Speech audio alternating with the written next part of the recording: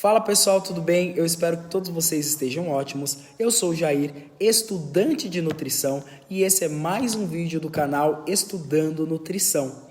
E hoje nós vamos passear um pouquinho na disciplina de Educação Alimentar e Nutricional. E nós vamos falar um pouquinho sobre os meus entendimentos a respeito do modelo transteórico de atendimento nutricional. Então, de repente, se isso te ajuda, se você também está estudando isso, a gente pode trocar uma ideia aí e compartilhar um pouquinho mais de conhecimento, gerando o quê? Uma cadeia de conhecimento mais forte e mais sólida.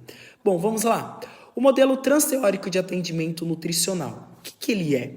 Ele é uma estrutura que descreve um processo de mudanças de comportamento em estágios distintos. A gente pode elencar 5 e um sexto adicional, ok? Quais são eles? O de pré-contemplação, contemplação, preparação, ação, manutenção, e aí nós temos aí um item à parte que seria a recaída.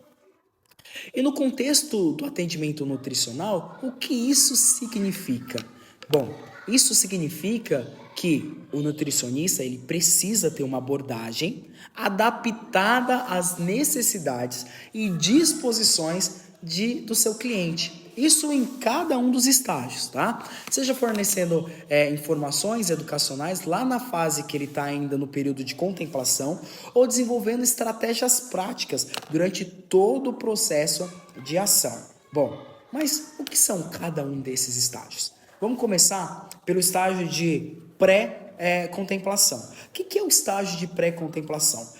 O estágio de pré-contemplação é aquele período onde o paciente, né, o grupo ocupacional, o grupo em terapia, a pessoa em terapia, ela está na fase onde ela não vê necessidade de mudança, ela não vê necessidade nem o porquê de mudar seus hábitos alimentares, de ter uma nova consciência, ter uma consciência alimentar mais apurada, né, voltada seja para padrões estéticos, seja para padrões de saúde, tá? Então ela não tem essa concepção.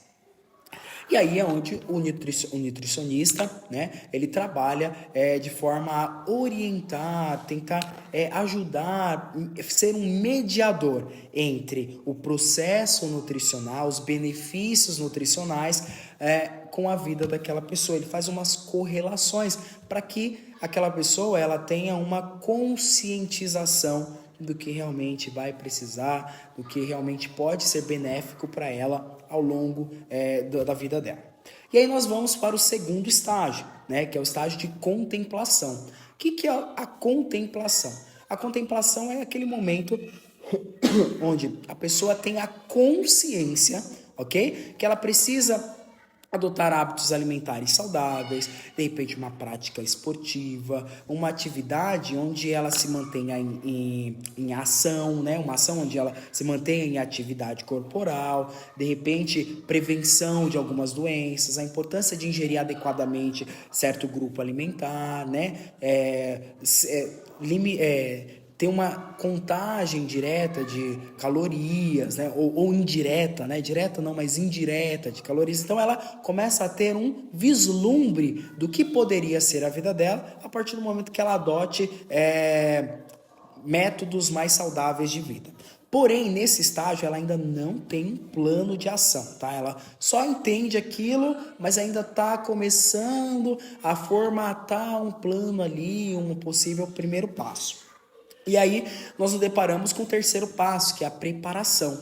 Nesse momento, além de ter a concepção, né, até aquela formulação de uma consciência nutricional mais apurada, ela vai ter o quê?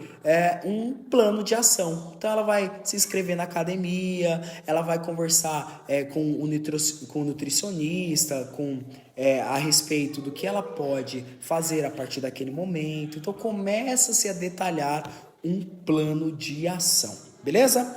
Nós vamos agora para o quarto estágio, que eu considero assim o mais formidável, que é a ação, ok? É onde a gente tira tudo aquela ideia lá, tudo que foi construído e coloca em prática, ok? Que é o momento que ela começa a frequentar uma academia, um outro grupo de esporte, alguma coisa que ela tenha certo vínculo, né, ou certo apreço. E o momento também que ela começa a selecionar os alimentos que ela vai se alimentar, ela tem ali um controle de calorias, ela tem um controle do tipo do alimento que ela vai poder ingerir, horário. Então começa a pôr em prática todo o processo. E aí, por último, nós temos a manutenção, que após um período fazendo toda aquela rotina, tendo novos hábitos nutricionais, alimentares, físicos, bacana, né? Segundo a sua necessidade, ela começa a manter aquilo. Aquilo não deixa mais, passa a ser apenas um momento de motivação para virar uma disciplina, ou seja, ela está repetindo aquilo com frequência, né? Ou pelo menos ela está tentando repetir isso ao longo da vida dela.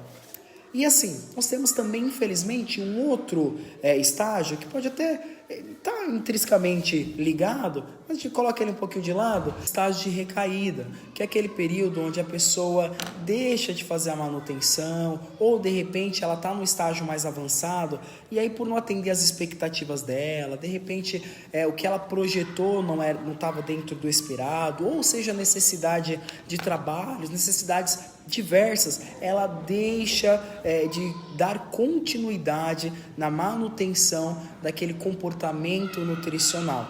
Isso pode ser motivado por vários fatores, como eu já havia dito, seja trabalho, seja disposição, seja disponibilidade de tempo, seja novas tarefas, né? Então, são várias coisas que podem influenciar nessas recaídas aí, tudo bem?